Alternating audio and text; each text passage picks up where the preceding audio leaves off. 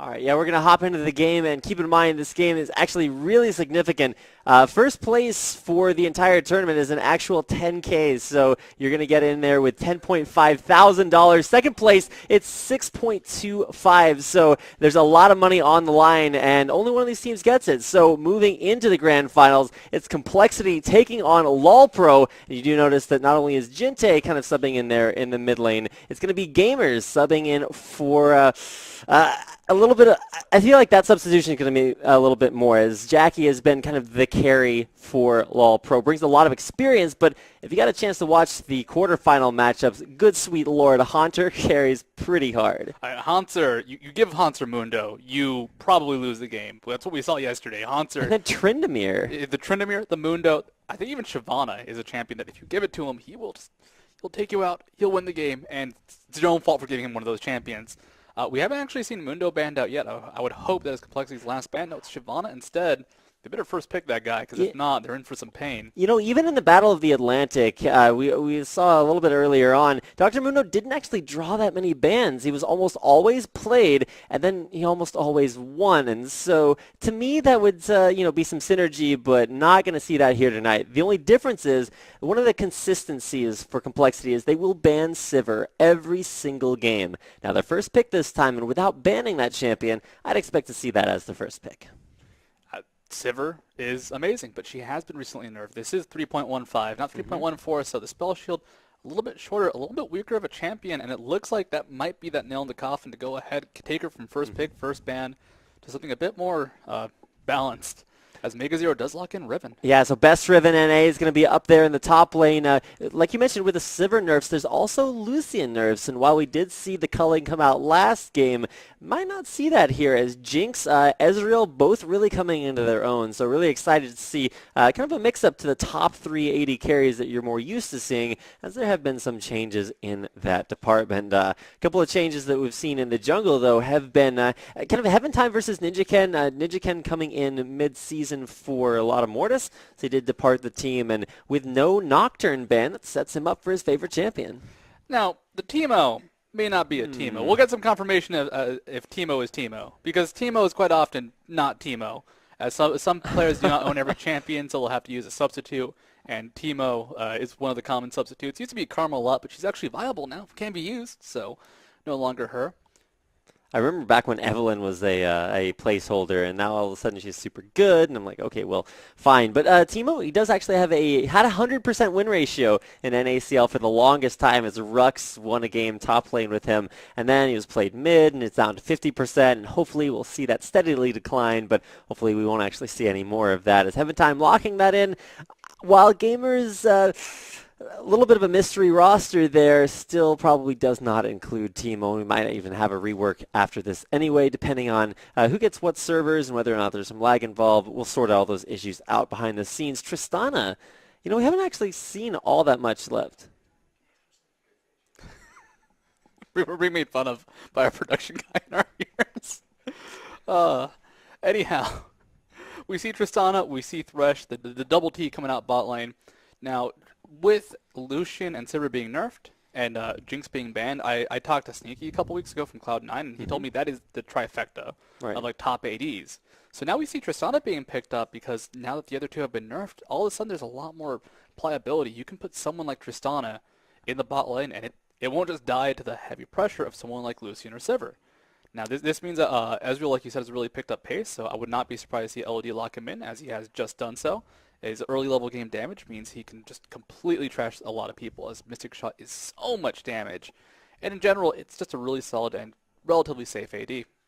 Yeah, and the great thing about Tristana is it's the same thing when Draven had his passive nerf. When Draven was around, you couldn't play weak champions in the early game, like Ashe, like even squishier AD carries to some extent, just because there's no way that you could get through laning phase, even if you did have a stronger mid game or late game. Now, with a lot of the very, very strong early games nerfed for very strong early game AD carries, the late game comes up a lot more often. And if you look at Cognitive's last few games, they've been playing AP Kog'Maw in the mid lane, and that just shows shows you how strong the late game is. Champions like Tristana, you're going to see like Tryndamere, like we saw last game there from LoLPro in the quarterfinals, coming out very, very strong. So maybe a little bit more of a late game focus here from Complexity, looking to put that in the bottom lane. And whether or not it goes on to Chuper MIA still remains to be seen, as they have kind of changed up their bottom lane a few times. Yeah, we did see some MIA and Chuper role swaps. I don't know if I like the Chuper Blitzcrank. Definitely something I would not recommend picking with a little bit more, let's say, fine-tuning. We'll use that nicer word. Well, every robot needs some oil every once in a while. So whether or not he's going to have his gears turning a little bit more effectively this game remains to be seen. There is the somewhat predictable Nocturne pick. I mean, anytime you've played, I don't remember, thousands of games with Nocturne for Ninja Ken, that guy's a monster every time he can get that champion. And one of the champions that almost every team has to ban against Complexity, making it through, going to be some strength for them in the jungle.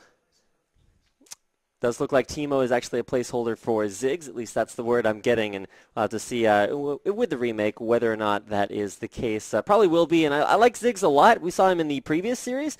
Did okay, but how do you feel like he's going to work out against the mid lane Orianna that we're going to see from Jinte? Well, if GamerXC can get really aggressive, that is kind of the Ziggs style of play. Orianna has a lot of ways to deal with Ziggs if Ziggs is complacent.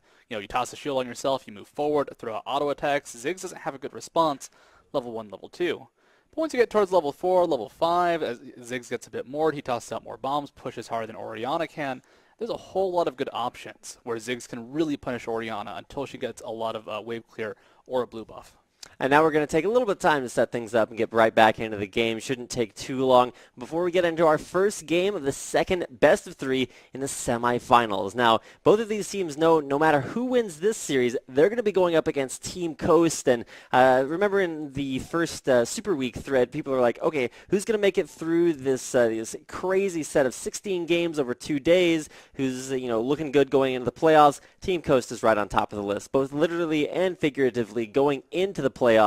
They've already made it there to the grand finals. Who will it be that joins them? We're hopping back into picks and bans, and to be honest, going into the playoffs, setting up between Complexity and Curse, that was a huge matchup all season long. Every time these teams went up against each other, and even back in the very first split of LCS, both of these teams going up against each other. There's a lot on the line, but with Complexity having some issues and LoLPro now coming in, it's a little bit more of an even matchup than you'd expect. Yeah, I'd say it's even. At the same time, there's a whole lot of things going on where you don't know what's going to happen. Like GamerXC subbing in for Jackie, Jinte now taking the spot of Prolly. Like, Jinte is on a comfort champion. I feel that he can do well, but, nothing is really necessarily locked into position, and that's kind of scary for both teams. Mystery is something that is great for us, great for a spectator, but if you're a player, you want to know every damn thing about the enemy team. There's a whole lot of surprise for both sides. All right, surprises there. One of them maybe the Ziggs, and to be honest, while having NY Jackie in that mid lane is a great thing for LoLPro, bringing gamers in, it's kind of a mixed bag. Anytime you have a new player subbing in for a player that's already kind of figured out, I mean, Jackie's been around in the scene for a very long time. It has a pretty well-established champion pool, but who is gamers, what does he do, how does he play? It's all left to be seen. But as we hop into Champion Select, we're going to take a quick little break to mention our sponsors before we see how these teams play up against one another in this semi-final match. And our sponsors are as follows. They are Loot Crate, crates of loot for $13.37 a month right down below the stream. You can click on the Loot Crate. I don't think you'll confuse that with any of the other sponsors down there, because I feel like it's very well defined. You can check out all the great things that they have to offer you by clicking on the crate down below or heading over to lootcrate.com. You can also check out the Lol. He's a great YouTuber. He brings you some lighter content as well as some more serious content designed to just help you out, learn a little bit more about a lot of sides of League of Legends. You can check him out at his YouTube channel, The Lol. Thank him for supporting us here at NACL.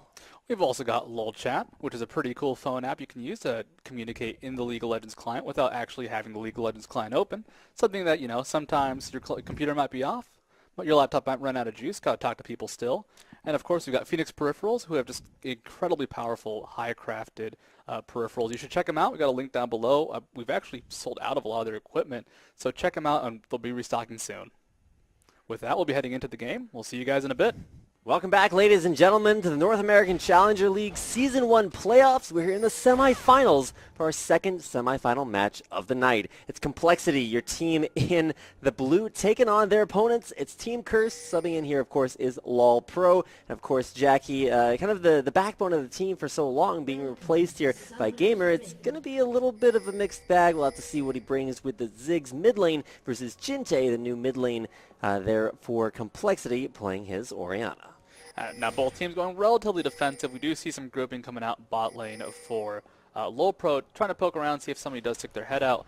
But both teams realizing that, you know what, the CC is not great for either side. Let's go ahead, be safe instead of going for any sort of aggressive invade. Now we have on excellent authority that GamerXD has actually subbed in for a lot of people, and our former caster Dan Egad Caruso has personally given his stamp of approval to this guy. So if he, we'll see how his word works out. But as we get back into the game, it's nice to see more defensive starts. And while we have seen first bloods very early on in the game, witness just the last series that we saw, it's nice to see some of the changes that Riot put in place for Season 4 really working out, lowering a lot of the gold and the death timers for early level 1 fights, making them a little bit less impactful. Means both teams are playing a little bit more defensive. Now, what we do see a lot more often is late invades where teams will approach blue buff or red buff after it's already spawned. And this is something different because you know the enemy team will be in the area most likely, and it gives you a really good pressure point. You can see that LOH and LOD were in the tri-bush looking for a late invade from Complexity. Did not happen though, and both teams will safely do their own jungle. A very nice defensive start from either side, as Hanser just kind of camping on the top brush, looking to see if someone joins him, as no one to really help. Now, there's a lot that goes into choosing the buff that you do first. Usually, junglers will start at the bottom half of the map and then make their way top lane, just because top is a really kind of snowbally lane. It's kind of an island, so if you get ahead, you're kind of going to stay that way unless there's additional pressure.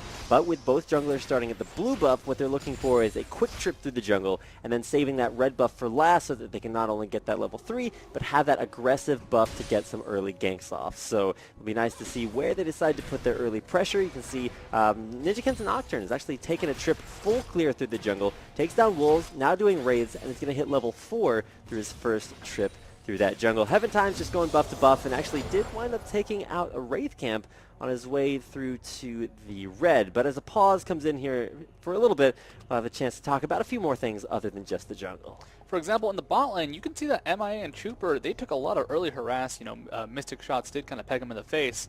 But what they're doing now is because they don't really have good poke. Trooper can toss out an explosive shot, can toss out relatively long-range auto attacks. So they're looking for a setup like the Death Sense right there. They want to get a good hook onto Ezreal, preferably Sona actually, because she's very burstable. They just chunk them down low, possibly set up a kill or just zone them out of experience afterwards. The issue is, if they can't land a Death Sentence, then they're just going to take a lot of Mystic shots in response, and to try and pad that difference of harass, they're pushing aggressively, really using Tristan's explosive shot to move forward, and that lets them get more minions to the enemy turret, which means that LOD can't really harass because he has to focus on that CS.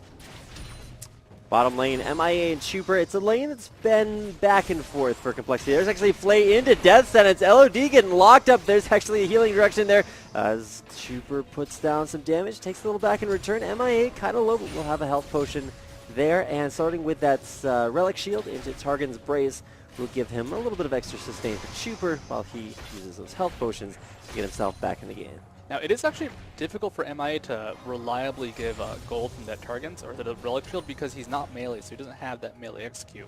But Thresh does get the extra damage from his Flay, so you can charge that up and use that to try and secure last hits, make sure that passive isn't wasted. And because it does have that minute cooldown, it's not like he has to constantly get last hits.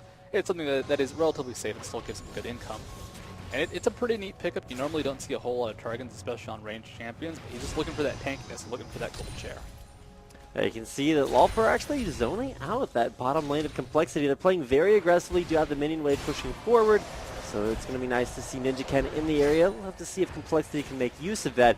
Ninjaken, one of the great things about his Nocturne is that if you can get off an early gank, if you get that early red buff and maybe head up to the top lane and they're overextended, you can get a kill, but he loves just power farming to 6, and that's what he did on his first trip through the jungle. Spent a lot of time in there, almost level 5 already. We'll have to see if he can put that early experience advantage over Heaven Time to use, as both junglers head back to base before the first ganks of the game. It's something you've seen a lot more of with the 3.14 changes. Jungle's a lot harder now, so people are taking a lot more damage. Ninja Ken did have enough HP to show up in the bot lane, and since there wasn't an Ignite, he probably wouldn't die going for a gank, but he could have. He was very low, below half HP, and anything was risky. Top lane, Hunter and MegaZero going for a bit of a trade. Olaf has that early game damage zone. MegaZero, only with the Doran's Blade, hasn't really scaled to that point where he can effectively trade. And actually kind of tell there's a slight gold lead in favor right now of Complexity, but bot lane was very briefly going in quite a bit of favor for LoLPro, and top lane has a slight advantage for Hanser. Yeah, bottom lane's a little bit back and forth. We actually haven't talked about that top lane matchup, Riven versus Olaf. It's something that Riven, one of those standard snowballing champions. If you can get Riven ahead, she just gets more ahead. But for Olaf, his purpose is a little bit more more kind of varied. While he does have that perma-slow and sets up very, very well for ganks, it's going to be kind of interesting to see how he works into the later phase of the game, because going up against a hyper carry like Tristana, you're going to have somebody to dive that back line. Yeah, if Riven can just kind of even get zone out the enemy team by being a distraction, that can be effective to make sure Trooper can get those auto attacks off. Well, Hanser can reach the back line, but the problem is, can he reach the back line and get a kill before the ultimate wears off? Because Trooper will have rocket jump, he'll have flash. If he gets a good buster shot before Hanser pops the ultimate, it does happen. Guess what? Hanser gets launched back, and Trooper keeps safely auto attacking top lane, though. Getting ignited. All it's going to take is another undertow lands. Last stick of ignite. Is it enough? Not needed. Hanser diving deep underneath the turret. Well, not all that deep. Picks up a kill there. Backs on off, and that's first blood for LoLPro. Actually, Hanser might be in a bit of danger. He does have his ultimate, but doesn't really have a whole lot of mana to do anything with that. Ninja Ken is in the area. Hanser out of mana completely. Well, there's the fear tether to go down. Will it be enough? No red buff for the slow, but he is going to make it back to his turret safe and sound. Did have to throw down Ragnarok, Ghost, and of course the Ignite from earlier, both still down, but still stays alive. Makes it back to base in time. Triple Doran's Blades from MegaZero. That's a little bit of a new one on me. It's a new one, but he needs to do it to stay alive. The problem is, you died to an Olaf. He will keep going at you. He will keep going aggressive, offensive. And especially with that Chain Vest being picked up, as well as the Doran Shield Crystalline Blast combo, he's got a lot of sustain, he's got a lot of armor, and because MegaZero can afford a whole lot without having farmed that much, and with that death, he needs something now. This is a bit of a desperation move. If MegaZero dies again or doesn't really come back to the lane, he's going to be very, very weak for a very long time with so much gold invested in the early game. Jinte's got a blue buff. Gamer is going to have one in just a second, and both mid laners going for the same builds. Should just see a ton of wave clear and an equally large amount of CS coming their way. Now Hanser going to get jumped on by MegaZero. Triple Dorans is, people look at it and like, ew, triple Dorans, but it's actually really strong early on. It gives you a lot of health, and it's been changed, maybe nerfed a little bit here in Season 4, but it's still Doran's items, still very effective. But you can see Hanser walks back to top lane with got a cloth armor, got a chain vest, and that Doran's shield. He is not going to be taking a lot of damage from Mega. Now, you mentioned earlier, Ninja Ken, he's the power farmer. He's the guy that will stay in the jungle for a long, long time. Heaventime having some issues now. He's not level 6 yet. He's already low on HP. He actually has been out-jungled in terms of CSing. That's something that Jarvan has trouble with. He's not the best jungler anymore. He doesn't have the best clear, the safe sustain. And Ninja Ken, as a result, now has 2 levels on him. Now, that's a lot of experience. That's a lot of usability. Ninja Ken's already got the Nocturne ultimate. If you can use that for a gank right now, Heaventime, he's not going to have good spots. Setting up in the mid lane, wants to go in, is just baiting Gamers back in there. He is relatively far forward, but not far enough, and so that's going to be not necessarily a missed opportunity, but a little bit of pressure off of that mid lane. Ninja Ken spotted out, walks back into his top jungle, continues that farm on, will continue to solidify that experience advantage. Hanser actually pressed back to his turret, so MegaZero really using that power of the early triple Dorans to good effect, but keep in mind he's still down a little bit of CS as well as that first kill of the game. Yeah, Hanser, he's getting pressured. He knows that with MegaZero's purchases, he's going to have to play a lot more safely. That does give some time for MegaZero to farm, even out the CS matchup that was actually in favor of Hanser earlier on. MegaZero is in trouble top lane, though. Yeah, gets knocked up there, gets dunked on. There's Mega dropping the knock-up onto Heaventime. Ninja Ken is right there in the area. Doesn't necessarily want to ult over the wall, does it, but just maybe a little bit too late. I'm not sure why he didn't do that immediately, but we did trade 1-for-1 in kills. Still a little bit on the run as Hanser will chase him away, but still, kills traded away, but doesn't really help MegaZero. Now 0-2, does have that 1 assist. Unfortunately, no kill from MegaZero, just the assist. And Hanser picking up another kill. He can go ahead and purchase after he clears a minion wave or whenever he feels like it. It's going to be such a hard lane. MIA, though, in the bot lane, in a bit of danger. Huge crescendo sets up for a perfect true shot barrage. Chuper jumping in, takes a turret shot, and it's LOD with a double kill. And that's apparently what the D stands for there, as it does just give it to the bottom lane of Complexity now with a kill in both of their death in both of their death columns, which is normally where you'd expect it. They head back to base the hard way, and it's a nice chunk of gold and possibly even a dragon coming up here for LoLPro. You gotta respect the heal. LOH able to barely keep LOD alive throughout the entire engagement. Chuper thought he had enough with that rocket to the last second. Mega Zero might be in some trouble top lane as the Undertow just completely whips, so he'll be okay, but the dragon does go towards LoLPro. And MI, he thought he got the good death sense. He was trying to make a big play happen. Just got in turret range though, got stunned by the crescendo. And with LOD playing Ezreal, a very high early game champion in terms of damage and output, it's such a risky thing to do, and they got punished. They got punished hard. And there we go, just like that, 4 kills, the early dragon. No turrets taken down just yet, so for now the laning phase will continue. About 60 more seconds there for Paranoia to come up from Ninja Ken before he's, a real threat there from the jungle, but something that's always going to be a threat.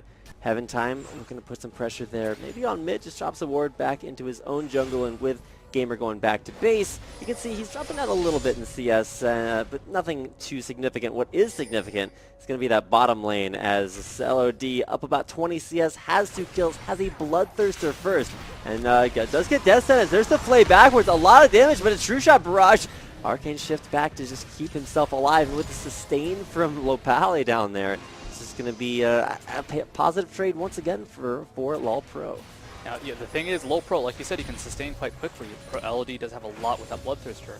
However, Jinte in the area, if they do make a big play happen now before LOD has a chance to heal up, it could be huge for them, though. Heaven Time is in the area. Ooh, jump away, rocket jump. Somewhat premature, but you got to take it when you can, and Juper's still alive, so you got to cut that as worth. And a nice roam there from Jinte, actually, was going to come around behind, but Heaven Time was there and didn't quite want to fight the 3v1 before Chuper and MIA could get in there. A little bit of aggression, some trading out there by Mega Zero and Haunter. Looks like Mega's starting to win out on these trades just a little bit, but Haunter, look at all that armor. He's got a Glacial Shroud for cooldown reduction before even completing what looks to be either it's going to be a Warden's Mail probably into a Frozen Heart Rush. Haven't seen that one yet on Olaf. Usually you want a little bit of HP, however he knows he's going up against a lot of physical damage. Everything is physical for the most part except for Jinte in the mid lane. And Olaf, you want to kind of sit in your lane until you feel confident to survive multiple sources of damage. Mega Zero can try to trade effectively, but Haunter, when he sees a chance when Mega Hero's shield is down, that's his chance to move forward, really punish, really deal that DPS.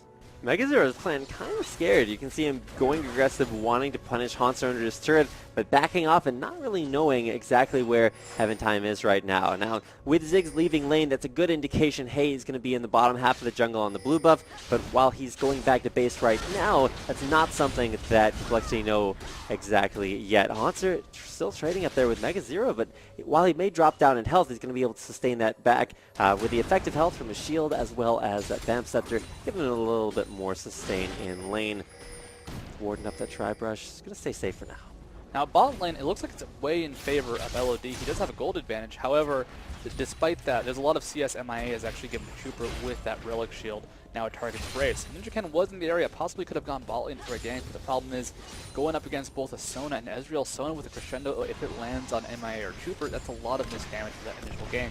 And because they're by the turret, LOD can always just Arcane Shift to save the extra initiation from MIA. Huge Crescendo, 2-man right there. MIA is going to flash out. Chuper, not quite so lucky. There's a death sentence to pull him back in. Probably not the direction he wants to go, but even still, it was a shield. There's going to be Ninja Ken coming in. Paranoia, LOH, will you go down? The answer is yes. Laud looking for a kill, flashes in there, finds Chuper. Good suicide for MIA, but is still trying to make it out alive. Ninja Ken will land the Duskbringer. There's Gamers just for a little bit of extra slow. Bounces Ninja Ken forward. The fear goes off. There's a lantern, but it's not going to be able to pull LOD to safety. He goes down, and that is a 2-for-1 exchange in favor of Complexity. A great punish by Complexity. They were able to bait out LoLPro long into the lanes, give Ninja Ken a chance to really expose the fact that, well, Sona, she's a good champion, but she doesn't have a good escape mechanism, especially with a flash already on cooldown used for the aggressive chase.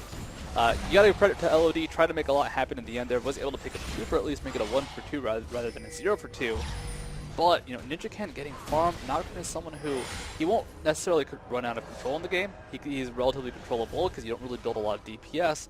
But he can still apply that CC. He can be huge in team fights. And if Complexity is behind by 1300, he can make up for that difference just by good initiation and good CC. So for right now, it's going to be a good bottom lane. You can see even a Tear of the Goddess on Ezreal. So will we see that same blue build Ezreal that's kind of been emerging over the course of these NACL playoffs? Or is it just going to be that Trinity Force coming after a Tear? There's a long sword there. Could signal either one of those builds. So have to keep an eye on that, as Super is just looking to survive. He knows 0-2, you're never going to win that lane, now down to about 40 CS, but we've seen a lot of games go later in Season 4, especially in this 3.15 patch. It seems to get to that late game, and having that Tristana on your side, it's always going to be something that, hey, game gets late enough, it's always going to be effective. Yeah, Blue Build Ezreal, it's nice, it's usable, it's something that kind of fell off in popularity when Triforce was incredibly powerful. The nice thing about it now is that if there's someone scary on the enemy team, like let's say a Nocturne, that Frozen Fist is amazing for kiting. If not, you can always just build a Muramana. You don't have to necessarily build it into a full blue build, just use it for the aggressive poke factor that the extra mana gives you in a tier. And speaking of Nocturne, with Ninja Ken having all 3 of Complexity's kills, you can actually see him going for a carry Nocturne build. And if there's somebody who knows how to carry on Nocturne, it's definitely Ninja Ken. The Phage into what should be a Trinity Force coming up next is, you know, an item you don't see on a lot of junglers, especially since you do need that tank initiate from the jungle. Having a little bit of tankiness already sets him up perfectly for a lot of damage to come out. Yeah, even though there's gold in favor of LoLPro, it's very slight, only 1,000 initiation in the bot lane. Yeah, there's going to be Paranoia going in. A nice crescendo, but it only catches out on the MIH Super. Also sent out there for just a little bit, but still disengaged. Looks like it's coming up there. MIA still very low. Ninja Ken looking in front for the back line of Complexity. There's going to be a flag and drag. Force the flash out of Ninja Ken. No engage there. Pretty scary game there from Heaven Time, but even still, it's going to be Jinte now walking down bottom. Jinte's going to get caught here. He's pushed into the Dragon Pit. Does he have what it takes to get away? There's going to be the lantern he was looking for. I was like, he's just going to flash it, and then I realized, hey, you know, there's a Thresh. You're never alone. Dark passageway over the wall will be the light at the end of the tunnel there for Jinte. Actually, Dragon being attempted by LoLPro now, but can they do this? Complexity is converging. Looks like Heaven Time going in, and you know, I like Gamer's position here. He's kind of in the back. He has a lot of escape options, including that satchel charge. You're just going to be able to dish out a lot of harassment. There's Heaven Time dropping low. Gets flayed backwards, and it's Chuper with a kill. Now LOD knows he can arcane shift over the wall. MIA dropping down dangerously low is going to get killed there by LoLPro. LOD actually were the ones taken down there. It's LOD, LOL. There's a lot of LOs down there, as well as Lopali, which is what LOH stands for if you guys are just now joining. But even still, it's a kill traded 1-for-1. No dragon just yet. Just more kills starting to come out here. You know, it's not the highest kill game, but it's nice to see both teams with some back and forth action splitting very evenly around that objective. I mean, there is aggression, there is pushing, there is movement. That bottom fight, for example, it started with Trooper using the rocket jump to use Buster Shot on Lowell and Lowpally and put him into a bad position. And as it happened, both teams converged. There was a great initiation from Ninja Ken on a Lowpally. However, at the same time, Heaven Time landed the flag and drag combo and actually used Cataclysm to make sure that once Lowpally flashed out, there was no real chase potential from Ninja Ken unless he blew his own flash. Side note, if you've ever seen the Rage Cage from Jarvan used at the same time as the box from Thresh, you can't really see the box that well, and a lot of members of LoLPro kind of walked into it. Now Dragon is being attempted though, going to be chunked down very quickly, just being burned through, and there it goes. A gold going straight towards LoLPro, giving them a little bit more advantage. It's still a very even game though, and it's all about Ninja Ken right now and whether or not he can make plays. Top lane, Mega Zero, I mean, he's evolved from normal lane Riven to abusive right lane Riven, and is going to now try and cut the creep wave, kill it before it reaches the turret, and it will actually make the lane a bit more passive unless Heaven Time comes for a gank. Lane push there into Jinte's turret frees up Gamers to be a little bit more aggressive, but still has to watch out for Ninja Ken. His Paranoia is off of cooldown, and with a red buff, that is a scary jungle Nocturne. He's getting even closer to his Trinity Force, and speaking of some big itemization like that, Mega Zero's got a Bloodthirst up there. Command Shockwave right on it, Gamers. That is somewhat unfair. I feel like for his Ziggs, he's just playing around with water balloons. You don't really expect Ribbon to come out the jungle, able to get in there. Didn't even have to burn Flash to get that kill. Close the distance, so did Ninja Ken, but now 1v1 Mega Zero versus Haunter. Look at that damage to come out. Wind Slash already down. There's an undertow. Haunter going to take the long route back to his turret. Will we see Mega Zero able to catch him out? There's Ninja Ken there for the interception. Nowhere to run, nowhere to hide. Haunter is going to try to get out there. Passes right through the Duskbringer, but is going to get feared out with no Ragnarok to stop him from getting CC'd. Ninja Ken takes him down. Surprising to see Ninja Ken get the kill rather than give him the Mega Zero, but in the end, Haunter, well, he was caught out in a bad position. Thought he could 1v1 the Riven.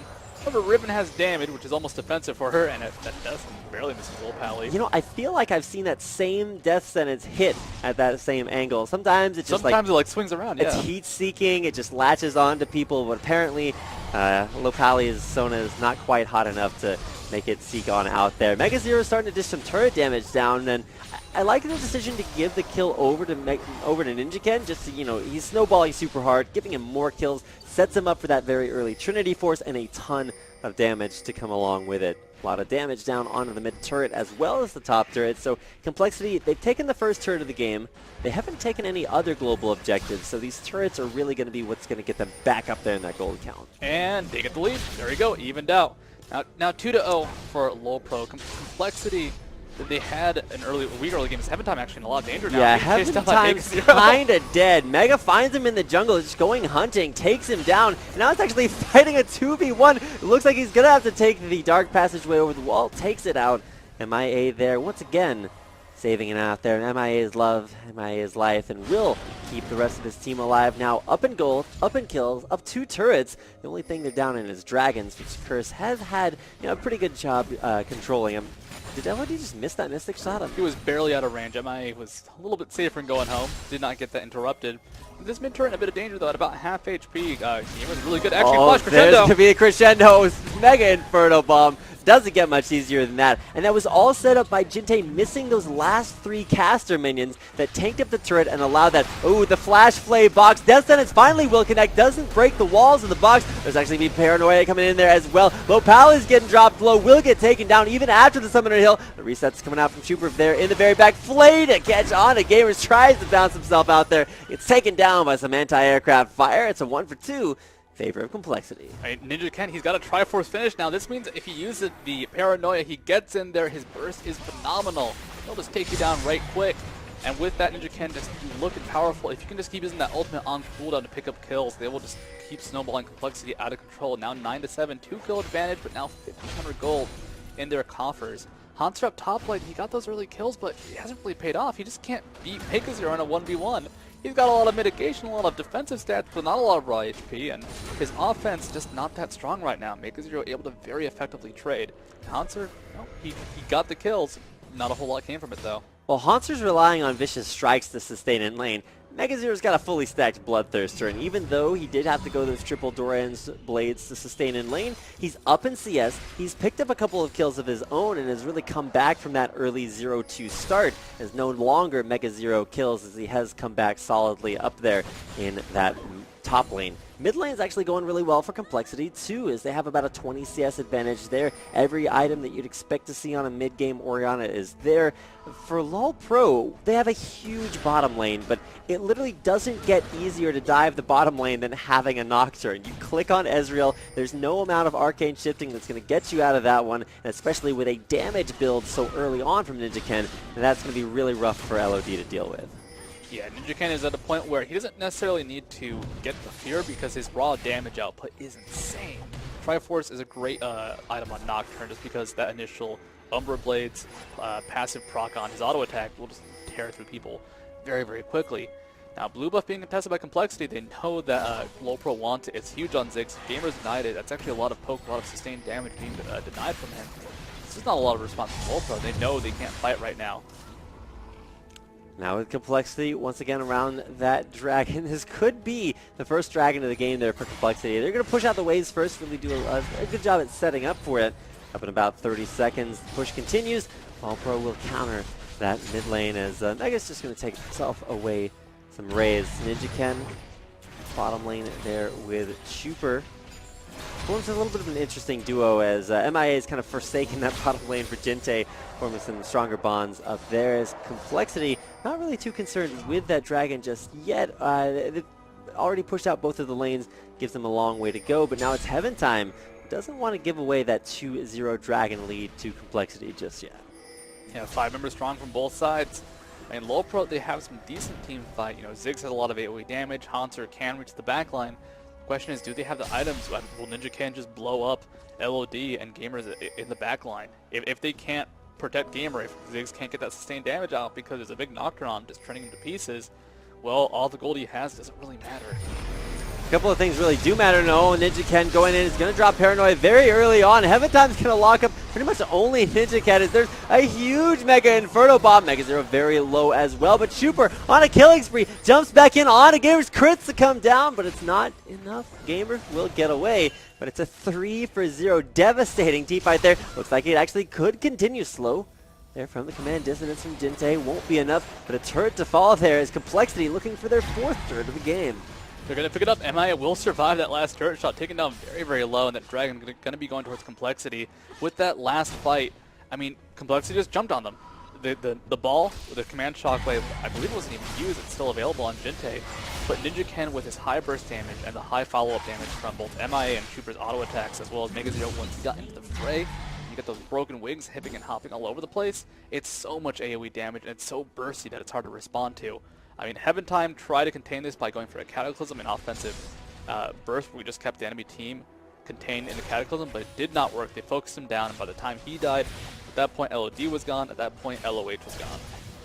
Now, I was expecting a Mikhail's Crucible just to help keep LOD alive against that huge dive there from Ninja Ken, but actually turned it into the more selfish item in that Athene's Unholy Grail for Lopali down there on that Sona. And, I mean, that's the perfect item to buy on a Sona, but when you're 0, 3, and 5, that really limits the effectiveness of the other items that you really do need as a support. One of those being that Mikhail's Crucible, and with LOD really getting beset from all sides by, there's the stun and just straight up damage from Mega Zero, as well as the fear from Ninja Ken, as well as some subsequent slows, you need that cleanse, the heal, just to keep him alive. And as kind of the backbone of the team at this point, 5, 2, and 0. There's Crescendo coming out onto MIA. The knockup command shockwave lands onto the back line. Gamer's going to throw in a huge Mega Inferno Bomb, but damage to come out. Jinte's forced away, so is Super. The back line so low for Complexity, they just can't continue this fight. And with LOD pushing in there, there's Mega Zero continuing the back door. He's looking for the first base turn of the game, but it's kind of a base race. Complexity are not too willing to fight. If they can actually delay, if Mega Zero can spend some time alone with that top turret, they could have picked it up relatively quickly, as Ninja Ken could have tried to bait out the enemy team, keep LoLPro in the area. However, MIA survives, the mid turret goes down. It's a small gain in favor of LoLPro. Now Mega Zero in a bit of danger. Should be able to escape this, though, as he does dodge the satchel charge from Gamers. Continuing on, it's Mega Zero against the world as almost every single member of LoLPro trying to take him out. He runs right into LOD, turns around to fight it. Probably shouldn't, but the wind slash just barely misses. Heaven Time will make it out alive with just a sliver of HP. And, it was a valiant effort. Almost took a kill with him, but in the end, Mega Zero puts a lot of pressure top lane, relieves that pressure from the mid lane, and winds up going down even still. Yeah, Heaven Time not going to heaven quite yet. It's not his time. But now that top turret surviving with that Mega Zero split push denied for a second, LoLPro, they're showing that they do have enough damage. I mean, Gamer XZ has so much burst with that Rabadon's Death Cap, with that Athene's Unholy Grail. Really all you need to do to be, I'd say, the more common Ziggs, like you're going to wreck someone and have a second build, would be a Void Staff. If he finishes that up, he will be pretty brutal. However, you need to reliably land the damage, and his burst isn't enough to instantly blow up MIA quite yet, or the backline. And with that, the rest of LoLPro has to somehow reach that back line. So they really need to land some bouncing bombs. They need to make sure that LOD can get some personal time, getting some auto attacks and Mystic Shots in. Because their burst, while it's almost there, it's not quite. And Complexity, their burst, they've shown that they can just kind of annihilate the back line in about 2 or so seconds if Mega Zero can flash towards it. Yeah, there's the completed Yomu's Ghost Blade on Mega Zero, and if he had a teleport too, he'd have twice the Yomu's power, but it's just that item. I've seen actually a lot of Ribbons and even other Brutalizer buying champions, like even Zeds are starting to pick up that Yomu's. I think that's Dade's Zed build. If you complete the Yomu's Ghost Blade, just gives you some crazy steroids right when you need them in the middle of the fight. And it's going to be even more deadly for LOD. I feel like you've got Tristana, who, if you play it Zuna style, can jump on in. You got the ball from Jinte, can dive the back line by itself and create some command shockwave pressure. And there's Ninja Ken, Mega Zero. It's all designed at making LOD's life probably not something he wants to live or is going to be able to live very long in these upcoming team fights. And with a Void Staff almost complete for Jinte, a couple of big items to come out from that bottom lane as you're just waiting for either maybe a Bloodthirst or maybe that's Static Shiv to complete for Chuper. There's going to be a big power spike here from Complexity right as turrets are starting to fall. Baron's starting to become a big thing on everyone's mind. Yeah, with the Youmuu's Ghostblade, I like it a lot because it really helps the fact that Ninjaken, with his paranoia, that vision blocking means that MegaZero will get the surprise on people. So it's very easy for him to flash to the back line, get the stun off, and then with Youmuu's activated, his passive, which will make his auto attacks hit for about 500 or so damage at this point, is just being used to the fullest extent. If you can really maximize the Riven passive, you can usually wipe 3 or so people just off yourself. And your incredibly high burst. And MegaZero, he's got that damage, he's got that micro, he's got that Youmuu's. He can reach the back, kill people so quickly. I feel like, you know, if MIA or Trooper aren't there for a fight, if it's a 4v5, MegaZero's okay with that because he can just make up for that difference. But MegaZero was forced to sell one of those 3 Doran's blades, and I really feel like that could have been a little bit of a rough decision. I mean, YOLO's Ghost Blade's a little bit fun to play around with, but it's going to be very important to see if MegaZero can complete that pressure that's keeping Haunter top lane. Ninjaken, he's pushing down that bottom turret. I don't think he really cares too much about LOD down there. Can dive him if he needs to be. It's a 1-3-1 split push for Complexity. They play this so often, but MegaZero actually getting ignited. Slowed down there by the Undertow. This is the moment Haunter's been waiting for. Gets the 1v1. Can he finally chase it down? True Shot Barrage as well is going to help towards the kill. MegaZero finally getting away there. Is it going to be the Mega Inferno Bomb? Catches on the MegaZero. Can't quite get the damage to stun to come off there. Haunter easy as it comes. Undertow hits not dead, but he can't kill MegaZero. There's the final kill from an Undertow, but now it's Chuper. The Tristana ganks, you know, you don't really see him coming. Haunter in against the world. 1v3, not going to have a good time. Trades 1 for 1. So initially, MegaZero kind of goofed up a bit. He was pushing the turret, used his broken wings to escape, and then immediately after Haunter chased him down, he knew the cooldowns were down for MegaZero. However, the jukes, the times, the dodges, there was nothing that was catching him for that amount of time. And even though MegaZero goes down, he got so far away that Haunter was also taken down in trade, making it a 1 for 1. And alright, MegaZero loses Bloodthirst for stacks, but it was a lot of time wasted. There were a lot of spells used. The Mega Inferno Bomb, the True Shot Barrage. And in the end, well, he dies, but he wastes a lot of time on Haunter. It makes it an even trade, and the gold, you know, not really going to either side. Alright, so for right now, things are going to kind of reset. The pushes stopped by gamers in the bottom lane. You can see the top lane actually really pushing in favor of LoLPro. Blue build Ezreal for LOD. I like that build choice here. It doesn't work if there's some sort of AP assassin in the mid lane because you're stacking up a ton of armor, but against that dive composition from either MegaZero or Ninjaken, both very strong threats against LOD. It's going to help him survive just a little bit longer, help him get more arcane shifts to put more distance between him and the divers, as well as, you know, give him a little bit of extra defensive stats, and of course the sustain from the Bloodthirster too. So we'll have to see if that is what the doctor ordered. So far we've just seen minor skirmishes, haven't really seen that big 5-on-5 team fight because the 1-3-1 that Complexity are running are really relying on their individual strengths in MegaZero and Ninjaken. Now, that blue build Ezreal really benefits Ziggs in particular, because this means that they can now play a really good kite-oriented game, or if a Mystic Shot lands with that Frozen Fist buff, that means a Hextech Minefield follow-up afterwards is likely to deal a lot more DPS than it would have in the past. This is a pretty cool style of composition from LoLPro, where if they play defensive, you know, you're chasing down a Ziggs into a Frozen Fist Ezreal into Olaf's Undertow and Axes. There's a lot of containment as well from Heaven Time, playing Jarvan, and there's lots of ways to really just capture people and kind of slowly, or with Ziggs quickly, burst them and kite them down. However, with the way LoLPro is playing, you know, they're abusing vision quite a bit. They're getting the drop onto, or Complexity's getting the drop onto LoLPro quite a bit, and now Baron being done by LoLPro. It's a 5v4, Inhibitor being pressured as well. Now with Baron dropping down, you can see thanks to the much larger health bar, Command Shockwave catches onto gamers, there's the damage. Death Sentence will land right onto Ziggs. He's going to turn the red damage right around. He's going to take it out at long range. by MechaZero's ultimate is going to be running away. There's Lopali and LOD chasing down there. Chuper against the World Death Sentence again on the Heaven Time. Haunter now 1v3. He's going to go down as Complexity continuing to clean up the team fight, and they're winning that 4v5. Ninja Ken all the way in the base, takes down an inhibitor on his own. Backdoors that is going to continue to push out of the base now, regrouping with the rest of his team. If you're going to go ahead and go for a kite comp, the one kite you're trying to keep alive throughout all that cannot be the first guy that gets hit by a death sentence. That initiation from MIA a bit too solid, and without Ziggs dealing his burst down, without him being able to run away and do his DPS. Now Chuper going aggressive onto LOD. LOD trying to escape this, but he'll just be chunked down. The Paranoia does finish him off with that Ninja Ken Nocturne missile. Seeking out LOD. LOH does have his ultimate up, but or his heal up would have not done a whole lot though, as the Summoner Spell heal is nice, but there was also an auto attack from Triforce following that up. MechaZero now rotating towards the Baron pit. Gonna go ahead and do this Baron. He does put down a pink ward, and there is a ward in the area, but he knows there's so little to stop him right now. And Gamers is up, and that actually is a surrender vote, and that is game. Yeah, that is going to be the surrender vote going down there, and I think that the biggest thing to watch out for, at least so far, is going to be those 3 last Whispers. There's no way to come back from that. The armor stacking was huge from Haunter, and when you look at that back line, it just didn't stand up to the dive composition that Complexity had there. While LOD got ahead early on, it really didn't matter as the game progressed because MechaZero had a rough early game, managed to bring it back late.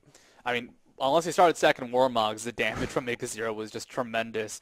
Complexity, they got ahead very quickly. They had a team comp that could very easily catch people out, burst down an entire team. And the vision denial from Paranoia, people kind of underestimate it, but if you're going to kite, if you're going to be more defensive, then, well, you got to see the enemy team, because if not, where your skill shot's going to go. You know, as great as Haunter has been playing for LoLPro, he's actually going to be subbing out for the next game in place of Billy Boss due to some ISP issues. So we'll get a chance to talk about that, see how that works out for LoLPro as they look to bring it back in this best-of-3 semifinal match versus Complexity. We'll have that game and a whole lot more coming up for you right after the break. But before we head out to a break, I'm going to go ahead and throw once again a shout out to our sponsors. We do have a LOL chat. It's a LOL app for your phone. You can chat using the League of Legends client mobily. You can hit that up by checking out the LOL chat app right down below the screen, as well as Phoenix Peripherals. We're trying to mix up the order in which we say sponsors, mostly just so I can confuse Studio. But PhoenixCollection.com, you can head over there, check out some of their impeccably crafted gaming peripherals, whether it's mice, keyboards, mouse pads, and headsets. Yeah, I got them all. You can check those out at PhoenixCollection.com or by clicking the Phoenix down below, which will kind of fly you towards the website itself. And while they may not be in stock right now, it's definitely worth the wait. So make sure to head on over. You should go ahead and check out the Fi LOL as well. The Fi is a pretty cool dude sponsoring us, and he does make some pretty constant League of Legends content that is aimed at boosting you up both as a player in terms of skill and your elo, while showing you the lighter side of competitive League of Legends. You can check out his YouTube channel at the Fi LOL. And you, of course, Loot Crate. Every time I say their name, I just gotta do the motion. Loot Crate, they'll give you a crate of loot. It's literally that big. Yeah, that big. And it looks like my hands as well. It's kind of weird. But for $13.37 a month, you can check out the link down below. Sign up for a monthly crate of cool nerd loot and swag. You should go ahead and check it on out. And with that, we'll go ahead and take a quick break and be back soon for Game 2 between Complexity and LoLPro.